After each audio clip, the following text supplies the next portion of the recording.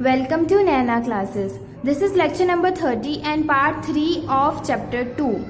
So आज हम इस चैप्टर का सबसे इम्पॉर्टेंट टॉपिक स्टार्ट करने जा रहे हैं, that is methods of valuation of goodwill. अब देखो, मैंने आपको लास्ट वीडियो में गुडविल के बारे में सब कुछ डिटेल में बताया है. अब हम इस वीडियो में सीखेंगे कि हम गुडविल को वैल्यू किस किस मेथड के थ्रू करते हैं. There are 3 methods to value the goodwill. First one is average profit method, second is super profit method and third is capitalisation method. देखो, जब हम गुडविल को एवरेज प्रॉफिट मेथड के हिसाब से वैल्यू करते हैं, ठीक है, तो हम एवरेज प्रॉफिट को कंसिडर करेंगे और इसमें भी आगे 2 पार्ट्स हैं, एक तो सिंपल एवरेज प्रॉफिट और एक है वेटेड एवरेज प्रॉफिट. तो आज जो हम इस वीडियो में करने वाले हैं वो है simple average profit plus weighted average profit method. Okay, उसके बाद इन दोनों मेथड्स में ये सिंगल ही मेथड है, इसमें हम सुपर प्रॉफिट्स के ऊपर कंसेंट्रेट करेंगे, कैसे फाइंड आउट करते हैं सुपर प्रॉफिट्स, और उसके हिसाब से अपनी गुडविल फाइंड आउट करेंगे. इस मेथड में भी आगे 2 पार्ट्स हैं, capitalisation of average profit and capitalisation of super profits. तो वो हम थर्ड वीडियो में देखेंगे, मतलब ठीक. तो आज हम ये वाला मेथड स्टार्ट कर रहे हैं. अब हम एवरेज प्रॉफिट मेथड में कैसे गुडविल को वैल्यू करते हैं. फॉर्मूला होता है average profits into number of years of purchase. अब हमारे पास 2 टर्म्स आई, एवरेज प्रॉफिट और number of years of purchase. अब इन दोनों का मीनिंग क्या होता है. देखो, एवरेज प्रॉफिट्स जो हमारे प्रीवियस ईयर के प्रॉफिट्स होते हैं उनका एवरेज निकालना. क्वेश्चन में आपको 2, 3, 5 जितने भी ईयर्स का प्रॉफिट दे रखा हो उन सबका एवरेज फाइंड आउट करना. वैसे हमारे एवरेज प्रॉफिट्स का फॉर्मूला क्या होता है, average profits is equal to total profits divide by total number of year. जैसे हम नॉर्मल एवरेज निकालते हैं किसी भी चीज की, क्या करेंगे, हम जितने भी सालों का प्रॉफिट दिया होगा उन सबको ऐड करके डिवाइड किससे कर देंगे, जितने भी ईयर्स के प्रॉफिट गिवन होंगे. फाइन, तो ये तो हो गया एवरेज प्रॉफिट निकालने का फॉर्मूला. अब बात आती है number of years of purchase. मतलब इसका मीनिंग क्या है. देखो, हम ये एज्यूम कर रहे हैं कि जो ये एवरेज प्रॉफिट है फ्यूचर में इतने साल तक हमें होंगे. किसकी वजह से मिल रहे हैं हमें average profits, due to the goodwill. तो इतने सालों तक हमें इतने प्रॉफिट्स मिलेंगे due to the goodwill, that means this is the value of the goodwill. अब एक और बहुत इंपॉर्टेंट चीज आती है, दैट इज कि जब हम एवरेज प्रॉफिट कैलकुलेट कर रहे हैं तो हमें कुछ बातों का ध्यान रखना होता है कि जो हम लास्ट ईयर के प्रॉफिट्स ले रहे हैं उसमें क्या चीजें नहीं आनी चाहिए और क्या चीजें आनी चाहिए.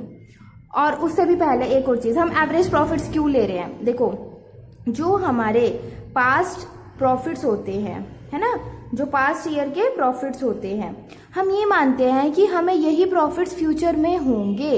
क्योंकि देखो, अब कुछ भी है, हम जो एस्टिमेशन करते हैं किसी भी चीज का तो किस हिसाब से करते हैं, उसके पास्ट के ट्रेंड के हिसाब से. अगर वो पहले ग्रोथ कर रही है कंपनी तो फ्यूचर में भी हम एज्यूम करेंगे कि ग्रो ही करेगी, राइट.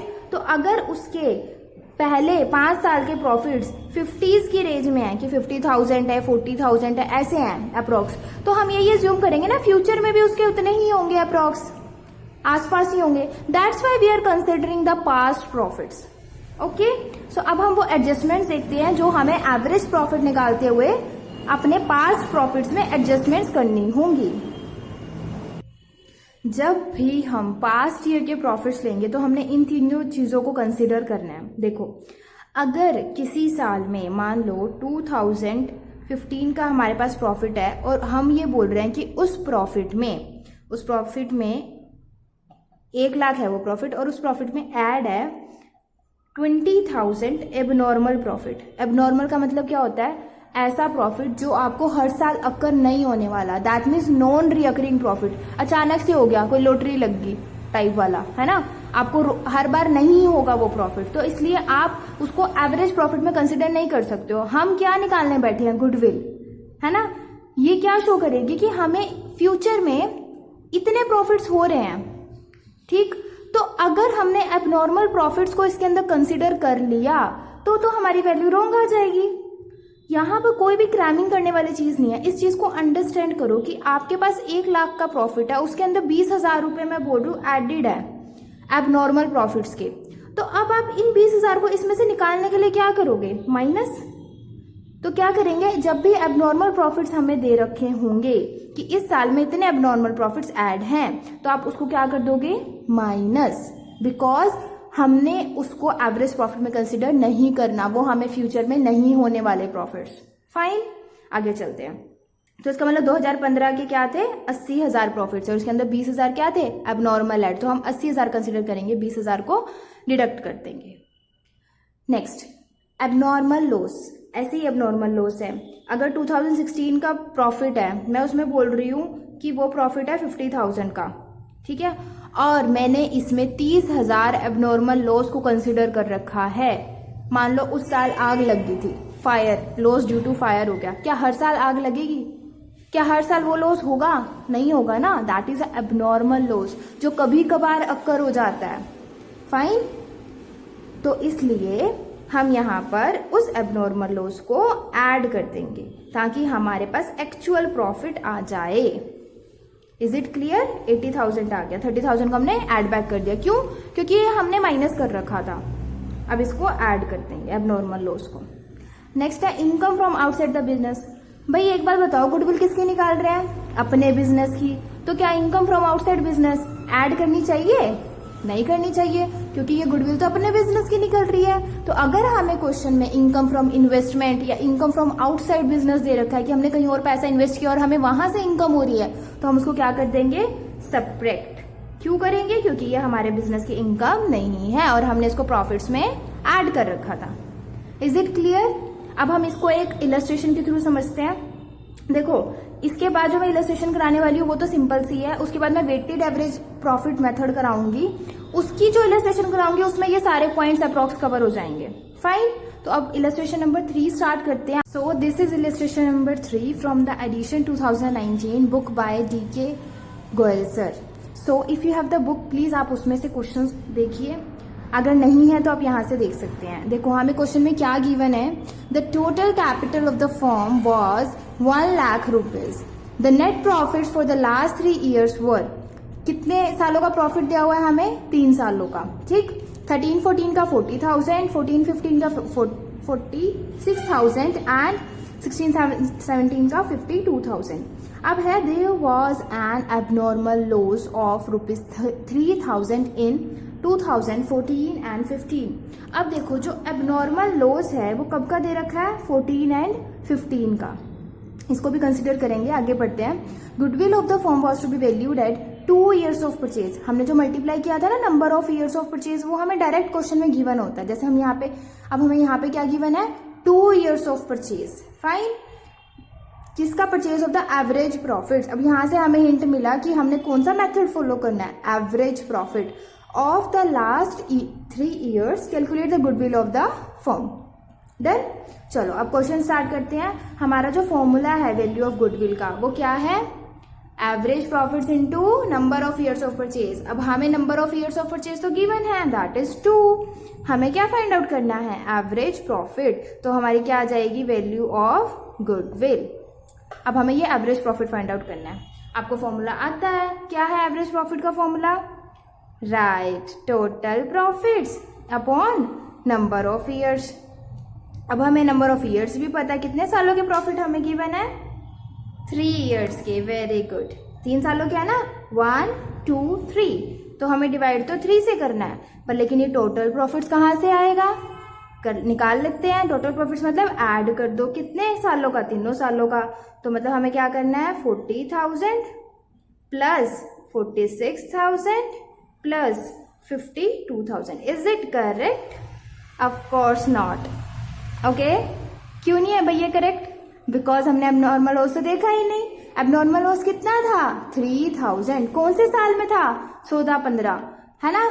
तो ये 13-14 का है ना प्रॉफिट, ये है 14-15 का प्रॉफिट, तो इसको हम 46,000 नहीं लिख सकते। क्यों नहीं लिख सकते, क्योंकि इसमें क्या सब्ट्रैक्ट है, abnormal loss.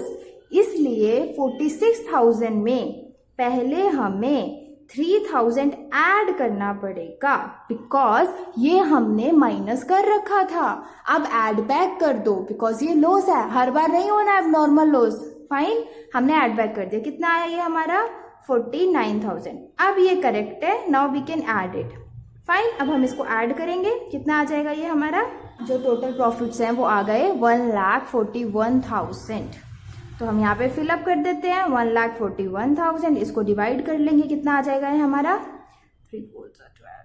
Fine, is it correct? Yes. अब हम यहाँ पे फिल कर लेते हैं 47,000, दैट इज एवरेज प्रॉफिट। कितना आ जाएगा ये हमारा 7 2 14 and 9 94,000। क्वेश्चन समझ आया कैसे करना है? देखो मैंने आपको इस वजह से ऐसे कराया ताकि आपको पता चले हम ये क्यों फाइंड आउट कर रहे हैं। अदरवाइज क्वेश्चन यहाँ से शुरू होता है, हम क्या करते हैं पहले टोटल प्रॉफिट निकालते हैं, फिर एवरेज प्रॉफिट निकालते हैं, फिर गुडविल पे जाते हैं। मैंने सिर्फ आपको कंसेप्ट क्लियर करने के लिए कि हमें इन चीजों की नीड क्यों पड़ी। आपको सिर्फ एक फॉर्मूला याद रखना है, उसके बाद आपको ये देखना है कि मुझे इसमें पुट करने के लिए क्या चीज चाहिए। हमें एवरेज प्रॉफिट चाहिए, हमने एवरेज प्रॉफिट निकाल लिया। टोटल प्रॉफिट चाहिए, हमने टोटल प्रॉफिट निकाल लिया। बट आपको जो पेपर में अटेम्प्ट करना है तो आपको सीधा क्वेश्चन अटेम्प्ट करना है, ये उल्टा क्वेश्चन है, ठीक है ना। तो आपको सबसे पहले क्या निकालना है, ये टोटल प्रॉफिट, उसके बाद एवरेज प्रॉफिट, उसके बाद गुडविल, जैसे आपकी बुक में दे रखा है। ओके, आपको प्रेजेंटेशन बुक में से देखनी है, कंसेप्ट मैं करा रही हूँ। फाइन, चलो आई होप सो आपको क्लियर है। इसमें जो नया पॉइंट था, जो अच्छा पॉइंट था वो क्या था, यहाँ पे हमने एबनॉर्मल लॉस को ऐड बैक करना था। अब हम करेंगे वेटेड एवरेज प्रॉफिट्स। देखो मैं एक छोटा सा हिंट दे रही हूँ, एवरेज प्रॉफिट्स में यहाँ पे कहीं आपको दिख रहा है वेट्स? नहीं दिख रहे। वेटेड एवरेज प्रॉफिट में सिर्फ इतना सा डिफरेंस है कि उसमें वेट्स गिवन होंगे। देखो वेटेड एवरेज प्रॉफिट की नीड क्यों पड़ी, पहले हम वो समझते हैं। तो वेटेड एवरेज प्रॉफिट में क्या नया होता है, देखो जो एवरेज होता है सिंपल, उसमें हम किसी को वेट्स नहीं असाइन करते। बट लेकिन यहाँ पर क्या है, मान लो हमें 2019 की गुडविल फाइंड आउट करनी है और हमें पुराने 5 साल दे रखे हैं, 2018, 17, 16, 15 एंड 14। तो हम क्या कह रहे हैं कि जब हम 2019 की गुडविल फाइंड आउट कर रहे हैं तो जो रीसेंट ईयर्स हैं जैसे 18 हो गया, 17 हो गया, इनको ज्यादा वैल्यू देनी चाहिए, क्योंकि ये 3 साल का गैप ज्यादा हो गया, ये 4 साल का गैप ज्यादा हो गया है ना। देखो अब 2019 और 14 में कितने का गैप हो गया, ये 4 इयर्स का गैप हो गया, ठीक है। 16 में कितने का हो गया, 3 इयर्स का गैप हो गया, 15 में सॉरी, है ना। तो इसका मतलब क्या है कि इसके हैपन होने के यहाँ पे कम चांसेस हैं। कंडीशंस भी तो चेंज होते हैं ना, इकोनॉमिक कंडीशंस, हमारी क्या मार्केट कंडीशंस है, वो सब कुछ चेंज हो जाती है। तो हम इसको ज्यादा प्रेफरेंस देना चाहते हैं एक तरीके से, ठीक है। तो हम क्या करेंगे, इसको सबसे ज्यादा वेट असाइन कर देंगे, इसको उससे कम, उससे कम, उससे कम एंड उससे कम। तो इसको हमने 1 वेट दिया, इसको 2, इसको 3, इसको 4, इसको 5, इन दोनों को ज्यादा दिया क्योंकि ये रिसेंट ईयर्स हैं। फाइन, जैसे जैसे ये प्रॉफिट पुराना होता जाएगा हमने इसको कम देना शुरू कर दिया। तो इतनी तो बात रही कि हम वेट्स क्यों असाइन करते हैं इन रिसेंट ईयर्स को वैल्यू ज्यादा देने के लिए, क्योंकि हमने सिनेरियो यहाँ का अप्रॉक्स सेम होगा, दैट्स वाई हमने इसको मल्टीप्लाई किया। अब बात आती है वेटेज एवरेज प्रॉफिट मेथड कहाँ यूज होता है, क्या हम हर जगह अप्लाई कर सकते हैं इसको? नो, ये तभी यूज होता है जब कंसिस्टेंटली राइज हो रहा होता है बिजनेस में, प्रॉफिट आपका बढ़ रहा है, पहले 20 था, 25 हुआ, 30 हुआ, 40 हुआ, 50 हुआ, फिर 60 हुआ, बढ़ रहा है, या फिर फॉल हो रहा है, ठीक है, कंसिस्टेंटली फॉल हो जा रहा है, कॉन्टिन्यूसली फॉल हो रहा है। इन दो केसेस में हम वेटेड एवरेज प्रॉफिट को अप्लाई कर सकते हैं। एवरेज प्रॉफिट्स निकालने का फॉर्मूला क्या होता है, हमें प्रॉफिट्स गिवन होंगे, ठीक है, हम उसे मल्टीप्लाई कर देंगे उनके वेट से, जो हमारे पास आएगा वो क्या आएगा, प्रोडक्ट। फाइन, इन प्रोडक्ट्स को यहाँ लिख के इसका क्या कर लेंगे, सम, जो भी प्रॉफिट्स दिए हैं उनको वेट से मल्टीप्लाई कर लेंगे, जितने भी वेट्स गिवन है। उसके बाद यहाँ पे प्रोडक्ट आएगा, इन सबको जब हम टोटल कर लेंगे दैट इज टोटल प्रोडक्ट, ये हमारा न्यूमरेटर में आएगा एक तरीके से, total product of profits. Divide किससे करना है, टोटल ऑफ वेट्स, जो यहाँ पर आएगा ना, वेट्स को टोटल करके जितना भी आएगा यहाँ पे टोटल करके 3, 4, 5 यहाँ पे जो आएगा वो क्या है, टोटल वेट्स, और जो यहाँ पे आएगा वो क्या है, टोटल प्रोडक्ट्स। तो इसको डिवाइड करेंगे तो क्या आ जाएगा, weighted average profits. Average profit कैसे निकाला था, total profit divide by number of years. अब यहाँ पर याद रखना कि यहाँ पे टोटल वेट्स आएगा, नंबर ऑफ ईयर्स नहीं आएगा, वेट्स आएगा, नोट डाउन कर लो। अब हम करेंगे इलस्ट्रेशन नंबर 8 एंड उसमें काफी सारे अच्छे और नए पॉइंट्स हैं जिससे आपको बहुत कुछ सीखने को मिलेगा। तो स्टार्ट करते हैं illustration number 8। This is our illustration number 8। So अच्छे से आपने सुनना है, बहुत अच्छी इलस्ट्रेशन है, मैं बार बार बोल रही हूँ, इंपॉर्टेंट है, ध्यान से। और ये स्टेटमेंट पूरी नहीं है, अभी मैं फर्दर स्टेटमेंट लिखूंगी, अभी इतने को समझते हैं। देखो क्या गिवन है, it was agreed to calculate the value of goodwill of a form at 3 years purchase. मिल गया हमें 3 years परचेज, मतलब यहाँ पे इंटू तो क्या होगा 3। जब वेटेड एवरेज प्रॉफिट होते हैं तब गुडविल का फॉर्मूला क्या होता है, weighted average profits into number of years of purchase. Same ऐसे ही होता जैसा एवरेज में था। अब हमें 3 ईयर्स ऑफ परचेज मिल गया, सॉरी, तो हमने यहाँ पे इंटू 3 कर दिया। Fine, at 3 years of purchase of the weighted average profit. अब यहाँ पर वेटेड एवरेज प्रॉफिट लिखा हुआ है, इससे आपको पता चल रहा है कि हमने ये वाला मेथड फॉलो करना है। कौन से weighted average profit of the past 4 years. अब हमें 4 ईयर्स के वेटेड एवरेज प्रॉफिट्स गिवन है, मतलब प्रॉफिट्स गिवन है, हमें वेटेड एवरेज प्रॉफिट निकालना है। वेट्स कितने हैं हमारे, 1 2 3 4 ऐसे हमें गिवन है। The profits for these years, तो ये प्रॉफिट्स भी हमें गिवन है। फाइन, तो अब हमारा जो काम है वो है गुडविल निकालने का, और इसके आगे थोड़ी सी एडजस्टमेंट्स गिवन है, वो भी मैं आपको बताऊंगी कि यूज कैसे करनी है। तो हम अपना क्वेश्चन स्टार्ट करते हैं। गुडविल इज इक्वल टू, यहाँ क्या आना चाहिए, वेटेड एवरेज प्रॉफिट्स। तो वो निकालने के लिए हमें क्या चाहिए, टोटल प्रोडक्ट्स, यहाँ पे टोटल प्रॉफिट्स नहीं है, क्या है, total products divide by total या फिर सम ऑफ वेट्स, है ना, टोटल वेट्स लिख लेते हैं। चलो हम ये चाहिए हमें, ठीक है। तो इसके लिए हमने एक टेबल बना लिया। हमारे कितने ईयर्स के प्रॉफिट है हमारे पास, 4 ईयर्स के। क्या लिखेंगे, 2012 का हमारा प्रॉफिट है ये, बट ये नहीं लिख सकते हम यहाँ पे, क्योंकि इससे रिलेटेड कुछ एडजस्टमेंट्स हैं, जैसे कि अब नॉर्मल लॉस वाली या फिर कुछ ओवर वैल्यूड, अंडर वैल्यूड, वो अभी फर्दर क्वेश्चन में स्टेटमेंट लिख के बताऊंगी। उसके बाद हम यहाँ पर प्रॉफिट्स लिख सकते हैं।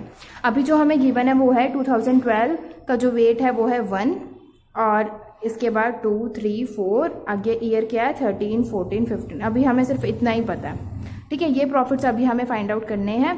तो टोटल वेट्स हमारा कितना आ गया, ये 10।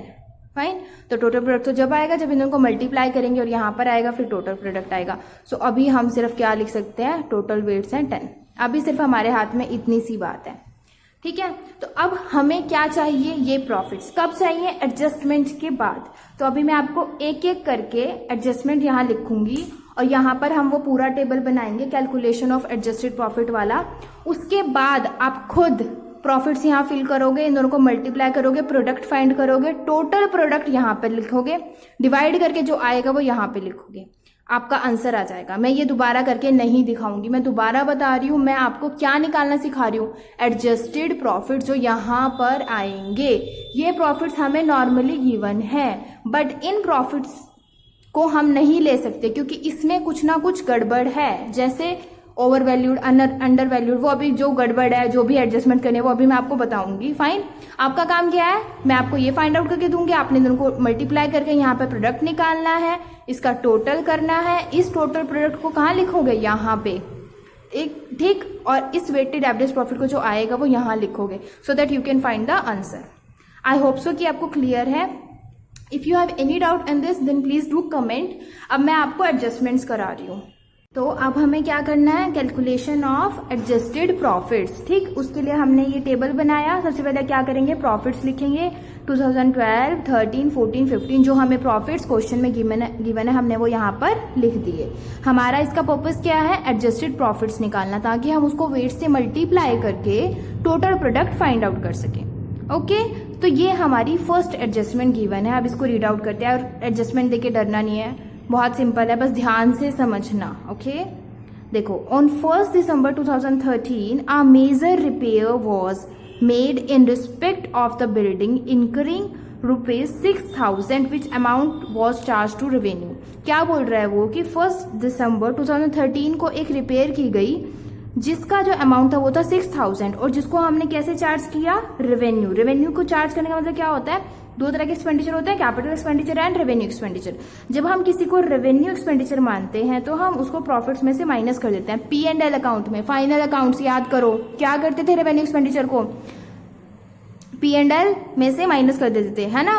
तो अब यहाँ पर उसने आगे क्या बोला, the paid sum is agreed to be capitalised, note the word capitalized for goodwill calculation subject to adjustment of depreciation of 10% per annum on reducing balance method। Fine, बहुत कुछ पढ़ लिया, अब समझते हैं क्या पढ़ा।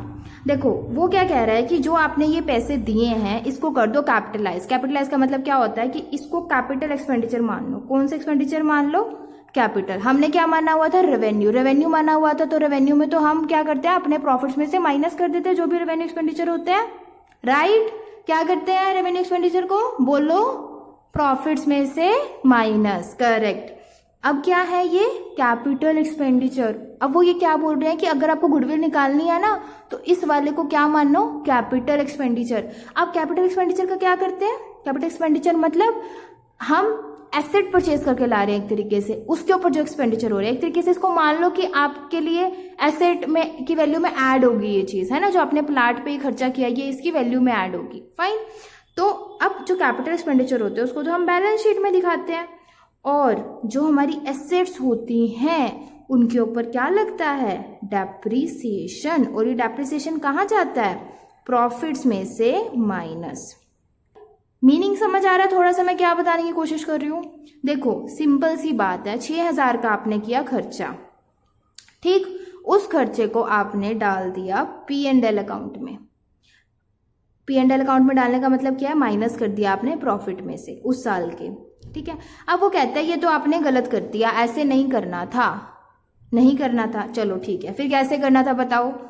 उसने बोला कि इसको मानो कैपिटल एक्सपेंडिचर, ठीक है, कैपिटल एक्सपेंडिचर मान लेंगे। पर कैपिटल एक्सपेंडिचर मानने का मतलब क्या होता है, इसका मतलब होता है कि इस एसेट को बैलेंस शीट में दिखाना था, ना कि यहाँ पर।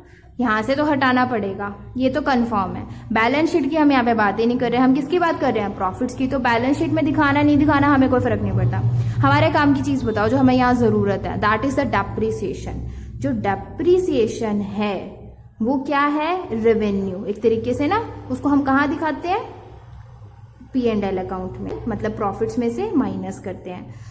तो इसका मतलब हमारे काम की चीज है, एक तो ये जो हमने गलती से माइनस कर दिया, और एक डेप्रिसिएशन जो हमने नहीं लगाया। एक बात बताओ, जिसको तुमने एसेट ही नहीं माना, जो तुम्हारी कैपिटल एक्सपेंडिचर है ही नहीं, क्या तुमने उसके ऊपर डेप्रिसिएशन दिया होगा? ऑफ कोर्स ही बात है, नहीं दिया होगा, नहीं दिया होगा ना। तुमने जब उसको एसेट ही नहीं माना तो डेप्रिसिएशन कहां से दे दोगे। अब तुमने डेप्रिसिएशन देना है, वो भी 10%। किस मेथड से, रिड्यूसिंग बैलेंस मेथड। याद है डेप्रिसिएशन का चैप्टर +1 का, इसको दूसरा नाम क्या होता है, return down value method. Okay, तो हमने उस मेथड से डेप्रिसिएशन चार्ज करना है। चलो अब हम देखते हैं क्या ट्रीटमेंट होगा। चलो अब उससे पहले एक और चीज समझते हैं कि जो ये सब कुछ करना है ये कौन से ईयर के प्रॉफिट को इफेक्ट कर रहा है। देखो यहाँ पर हमें डेट क्या गिवन है, 1 दिसंबर 2013। तो आप कहोगे यहाँ पे डाल दूंगी मैं, है ना, बट लेकिन ये तो रॉन्ग है। क्यों? क्योंकि जो ये 2013 है ये है 31 मार्च 2013, मतलब जो ये प्रॉफिट है ये तो 31 मार्च 2013 का है। अब उसके बाद हमारा जो नेक्स्ट ईयर है 2013 के बाद, मतलब 13-14, वो गया 31 मार्च 2013 से लेकर 31 मार्च 2014 तक। अब ये बता दो कि 1 दिसंबर 2013 यहाँ पर आएगा या यहाँ पर आएगा? ऑफ कोर्स ही बात है यहाँ पे आएगा। पूछोगे कैसा क्वेश्चन पूछ रहे हो, कोई बात नहीं, कभी कभी सिली क्वेश्चंस भी चलते हैं। हाँ जी, तो यहाँ पर आएगा, हमें पता है कि 1 दिसंबर 2013 हमारा यहाँ पे आएगा, ठीक है। मार्च के बाद अप्रैल, मई, जून, जुलाई, अगस्त, सितंबर, अक्टूबर, नवंबर, दिसंबर, आगे भाई हम दिसंबर पे। यहाँ पर उसने 6,000 रुपये का खर्चा किया। अब ये जो 6,000 रुपये हैं ये हमने किस साल के प्रॉफिट में से माइनस कर रखे हैं, 13-14 के प्रॉफिट में से। मतलब जो एंड में ये प्रॉफिट आई ये तो खत्म, बस इसका तो काम हो गया ना, ये तो प्रॉफिट हो चुका है। जो इम्पैक्ट पड़ेगा वो 2014 के प्रॉफिट पे पड़ेगा। किस पे पड़ेगा? 2014 के प्रॉफिट पे। तो इसका मतलब जो ये 6,000 है ये एक्स्ट्रा माइनस कहाँ कर रखे हैं, इस प्रॉफिट में से। तो हमें ऐड भी कहाँ करने हैं, 2014, नॉट 2013, ठीक। तो हम यहाँ पे 6,000 ऐड कर देंगे। ढूंढ रहे हो बुक में क्या कर रखा है? बुक में तुम्हारा कर रखा है लाइन नंबर 2, है ना। क्या लिखा हुआ है? Add capital expenditure charge to revenue. जो कैपिटल एक्सपेंडिचर जो हमने रेवेन्यू चार्ज कर लिया था, अब उसे कैपिटल एक्सपेंडिचर चार्ज करना है, इसलिए हम उसे ऐड बैक कर रहे हैं प्रॉफिट्स में, क्योंकि ये बैलेंस शीट में आना था, P&L में नहीं आना था, इसलिए प्रॉफिट्स हमारे इंक्रीज हो गए। चलो इतनी बात हमें समझ आती है, हम बहुत समझदार बच्चे हैं, इट्स डन। चलो अब एक और बात, अब हमें क्या, हमने एक ट्रीटमेंट तो कर दिया जो मैंने आपको बताया था गलत कर दिया। अब कैपिटल एक्सपेंडिचर मानना था, बैलेंस शीट का तो कोई लेना देना नहीं है, किसका लेना देना है, डेप्रिसिएशन का। कर लेते हैं डेप्रिसिएशन फाइंड आउट, ऐसे कर लेंगे, है ना, इजी सा काम है। चलो देखो हमने जो ये खर्चा किया ये किया 1 दिसंबर 2013, ओके। उसके बाद 31 मार्च 2014 तक हमने इसको यूज किया, है ना। कितने महीने हो गए ये हमारे? 4 मंथ्स। काउंट करो, दिसंबर, जनवरी, फरवरी, मार्च, हो गए 4 मंथ्स। अब इसके ऊपर डेप्रिसिएशन लगा दो। कितने परसेंट? 10%। किसका? 6000 का। कितने महीने का? 4 महीने का, है ना। अब ये तो आपको आता है, आई एज्यूम, ओके। आपने ये सब कुछ कर रखा है। कितना आएगा? 200 रुपये। तो 200 रुपये हमारा खर्चा हो गया, हम इस साल के प्रॉफिट में से माइनस कर देंगे। किस साल के करेंगे? 2014 के, क्योंकि ये हमने 2014 में माइनस नहीं किया था, अब करेंगे, ठीक है। 2014 में हम यहाँ पे माइनस कर देंगे। ये बुक में आपको 3rd लाइन में मिलेगा। क्या लिखा हुआ है? Depreciation not provided. अब ये तो हो गया, ठीक है। ये तो आपका हो गया 2014 का जो प्रॉफिट इफेक्ट हो रहा था। अब एक बार बताओ, क्या इसका इफेक्ट अगले साल भी पड़ना है? ऑफ कोर्स पढ़ना है भाई, एसेट बेस थोड़ी ना दिया है। जो 6000 रुपए हैं ये आगे भी तो अभी यूज हो रहे हैं ना, ये एसेट यहाँ पे भी यूज हो रही है ना। ये कैपिटल एक्सपेंडिचर यहाँ पे भी है, कैपिटल एक्सपेंडिचर। तो इसका मतलब इस पूरे साल का डेप्रिसिएशन भी हमने नहीं दिया तो अब देंगे, ऑफ कोर्स देंगे। चलो दे देते हैं फिर। बट क्या दे रखा है? Reducing balance method. अब इसका खेल शुरू हुआ कि रिड्यूसिंग बैलेंस मेथड में क्या होता है, अब जो हमारा डेप्रिसिएशन लगेगा वो 6000 पे नहीं लगेगा। किस अमाउंट पे लगेगा? जो वैल्यू बची है, दैट मीन्स 6000 माइनस 200 कितना आएगा? 5800। तो जो डेप्रिसिएशन है वो किस पे लगेगा? 5800 पे। तो 5800 मल्टीप्लाई 10/100 और 12 महीने का तो 12/12 1 हो गया, तो पूरे साल का ये हो गया। कितना आएगा? 580। 10% तो मैंने आपको वैसे भी निकालना सिखा रखा है। चलो यहाँ पे 580 लिख देते हैं, माइनस करेंगे। समझ आ रहा है ये माइनस क्यों किया है? डेप्रिसिएशन है किसका? जो भी हमने एक्सपेंडिचर किया था 6000 रुपये का, यहाँ 4 महीने का लगा और यहाँ पूरे साल का लगा। इसके आगे प्रॉफिट होता तब भी हम पूरे साल का देते रहते, बस इसमें से 580 माइनस करते, जो अमाउंट आता है उसके ऊपर दोबारा 1 साल का दे देते। पर अब आगे तो प्रॉफिट ही नहीं है तो देंगे ही नहीं। तो इन्हीं 2 सालों के प्रॉफिट इफेक्ट होंगे। इससे पहले वाले के इफेक्ट मत कर देना, एसएटी अभी आई थी, okay. Don't get confused in it. सिर्फ जो इफेक्ट पड़ेगा इसके आगे वाले सालों पे पड़ेगा, क्योंकि एसेट ही तब आई है, ओके। तो ये एडजस्टमेंट हमारी कंप्लीट डन होगी। हमने रेवेन्यू एक्सपेंडिचर चार्ज किया था उसको कैपिटल में चेंज कर दिया, डेप्रिसिएशन प्रोवाइड कर दिया। अब हम अपनी नेक्स्ट एडजस्टमेंट देखते हैं। हाँ जी, बोर हो गए हो? पानी वगैरह पियाओ, अभी थोड़ा क्वेश्चन बाकी है और सारे पॉइंट्स इंपॉर्टेंट है। I just don't want you miss any concept, okay. और मैं आपको कंसेप्ट से इसलिए करा रही हूँ ताकि आपको रट्टा ना मारना पड़े, क्योंकि रट्टा मारना ज्यादा डेंजरस होता है instead of learning the concepts, okay.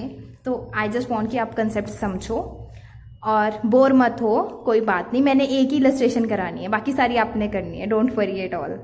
तो स्टार्ट करते हैं next adjustment. Closing stock of the year ending on 31 March 2013 was over valued bye 2400। देखो उसने क्या बोला कि जो हमारा क्लोजिंग स्टॉक था वो गलती से ओवर वैल्यूड हो गया। कौन से साल का था ये? 31 मार्च 2013 का। अब देखो जब आपने 31 मार्च 2013 का ट्रेडिंग एंड P&L अकाउंट बनाया होगा, राइट। क्लोजिंग स्टॉक कहाँ दिखाते हैं ट्रेडिंग एंड P&L अकाउंट में? कोई बताएगा मुझे? बताओ पता है आपको कहाँ पे दिखाते हैं? फाइनल अकाउंट्स किया है ना, ट्रेडिंग अकाउंट बनाया होगा, ऑफ कोर्स बनाया होगा, +1 पास करके आए हैं। हाँ जी मुझे पता, आपको पता है। किस साइड दिखाते हैं? Credit side. Very good. नहीं पता तब भी कोई बात नहीं, इट्स ओके। अगर आपको +1 का कोई कंसेप्ट सीखना है ना, तो मैंने +1 की वीडियोस भी अपलोड कर रखी है अपने चैनल पे, तो आप उसको विजिट कर सकते हो कभी भी कोई डाउट आ जाए, ठीक है। जैसे जर्नल के कुछ कंसेप्ट्स हैं, बहुत डिटेल में एक्सप्लेन किए हुए हैं।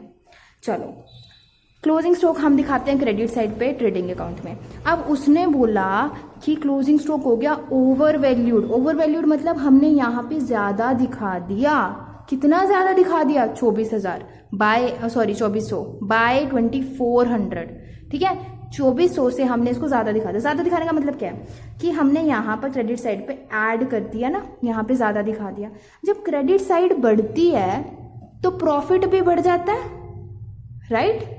जब क्रेडिट साइड बढ़ी है, हमने यहाँ गलती से दिखाया है, तो हमारा यहाँ ग्रोस प्रॉफिट भी हमने बढ़ा दिया ना एक तरीके से। क्रेडिट साइड मतलब क्या है, हमारी इनकम बढ़ रही है, हमारा प्रॉफिट बढ़ रहा है, हमने गलती से यहाँ ज्यादा प्रॉफिट दिखा दिया।